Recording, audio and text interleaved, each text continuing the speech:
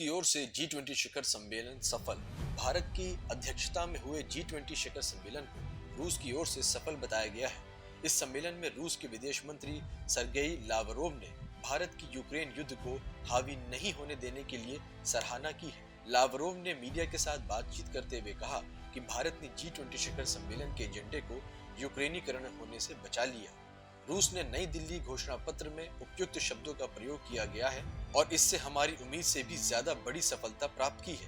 भारत के प्रयासों की सराहना। रूसी विदेश मंत्री ने इस सम्मेलन के दौरान मोदी सरकार पर भारत के प्रयासों की सराहना की।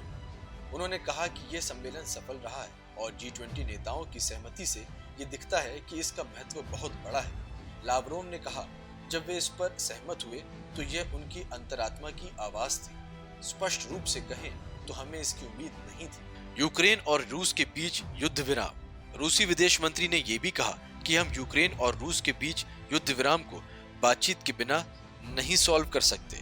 इस समय घोषणा पत्र की मुख्य बात ग्लोबल साउथ के एकीकरण के बारे में है और लावरोव ने इसे महत्वपूर्ण बताया। उन्होंने कहा, दिल्ली घोषणा अच्छे उद्देश्य की ओर एक महत्वपूर्ण कदम है और हम पहले से ही इस दिशा में काम कर रहे हैं।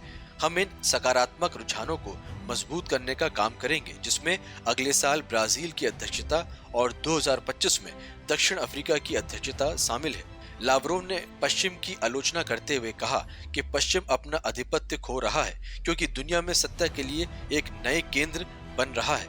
उन्होंने कहा कि पश्चिम ने जलवायु परिवर्तन से निपटने के लिए विकासशील देशों को सालाना 100 अरब अमेरिकी डॉलर देने के बाद अपने वादे पर कुछ नहीं किया। लावरोव ने क्या कहा? जब पूछा गया कि क्या उनको लगता है कि रूस और यूक्रेन के बीच युद्ध विराम हो सकता है, तो लावरोव ने कहा, फिलहाल यूक्रेनी अधिकारी रूसियों को शारीरिक रूप से नष्ट करने की धमकी दे रहे हैं। उन्होंने कहा, हर कोई शांति चाहता है। करीब 18 महीने पहले हम इस संघर्ष को सुलझाने के लिए एक संधि पर हस्ताक्षर करने के लिए सहमत हुए थे। उसके बाद एंग्लो सेक्शन ने ज़ेलेंस्की को इस पर हस्ताक्षर न करने का आदेश दिया क्योंकि उनको लगा कि वे हमसे कुछ स्वीकारोक्ति प्राप्त करने में सक्षम होंगे।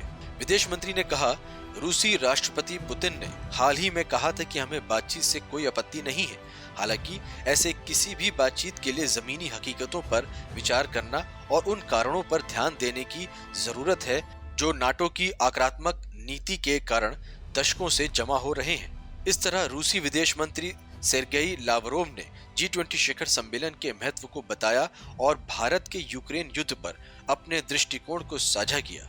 उन्होंने पश्चिम के विकासशील देशों के वादों की भी आलोचना की और ये सुनिश्चित किया कि बातचीत के माध्यम से विश्व शांति की ओर कदम बढ़ाया जा सके।